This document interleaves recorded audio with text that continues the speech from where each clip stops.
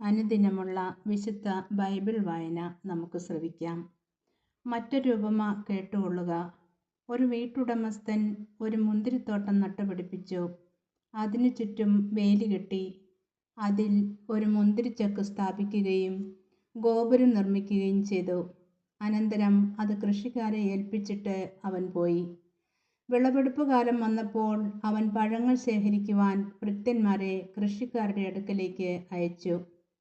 എന്നാൽ കൃഷിക്കാർ ഭൃത്യന്മാരിൽ ഒരുവനെ പിടിച്ച് അടിക്കുകയും മറ്റൊരുവനെ കൊല്ലുകയും വേറൊരുവനെ കല്ലെറിയുകയും ചെയ്തു.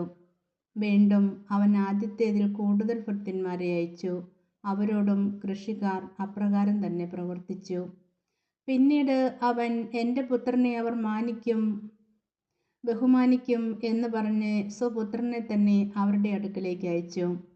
അവനെ കണ്ടപ്പോൾ കൃഷിക്കാർ പരസ്പരം പറഞ്ഞു, ഇവനാണ് അവകാശി. വരുവിൻ, നമുക്കിവനെ കൊന്ന് അവകാശം കരസ്ഥമാക്കാം. അവർ അവനെ പിടിച്ച് മുന്തിരിത്തോട്ടത്തിന് വെളിയിലേക്ക് എറിഞ്ഞ് കൊന്നുകളഞ്ഞു. അങ്ങനെയെങ്കിൽ മുന്തിരിത്തോട്ടത്തിൻ്റെ ഉടമസ്ഥൻ വരുമ്പോൾ അവൻ ആ കൃഷിക്കാരോട് എന്തു ചെയ്യും? അവർ പറഞ്ഞു, അവൻ ആ ദുഷ്ടരെ നിഷ്ഠൂരമായി നശിപ്പിക്കുകയും യഥാകാലം ഫലം കൊടുക്കുന്ന മറ്റു കൃഷിക്കാരെ മുന്തിരിത്തോട്ടം ഏൽപ്പിക്കുകയും ചെയ്യും. യേശു അവരോട് ചോദിച്ചു, പണിക്കാർ ഉപേക്ഷിച്ചു കളഞ്ഞ കല്ല് തന്നെ മൂലക്കല്ലായി തീർന്നു. ഇത് കർത്താവിൻ്റെ പ്രവൃത്തിയാണ്. നമ്മുടെ ദൃഷ്ടികൾക്ക് ഇത് അത്ഭുതകരമായിരിക്കുന്നു എന്ന് വിശുദ്ധ ലിഖിതത്തിൽ നിങ്ങൾ വായിച്ചിട്ടില്ലേ? അതുകൊണ്ട് ഞാൻ നിങ്ങളോട് പറയുന്നു, ദൈവരാജ്യം നിങ്ങളിൽ നിന്നെടുത്ത് ഫലം പുറപ്പെടുവിക്കുന്ന ജനതയ്ക്ക് നൽകപ്പെടും.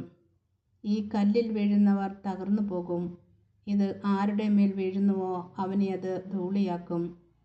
പ്രധാന പുരോഹിതന്മാരും ഫരിസേയരും അവൻ്റെ ഉപമകൾ കേട്ടപ്പോൾ അവൻ തങ്ങളെപ്പറ്റിയാണ് സംസാരിക്കുന്നതെന്ന് മനസ്സിലാക്കി അവർ അവനെ പിടികൂടുവാൻ ശ്രമിച്ചെങ്കിലും ജനക്കൂട്ടത്തെ ഭയപ്പെട്ടു.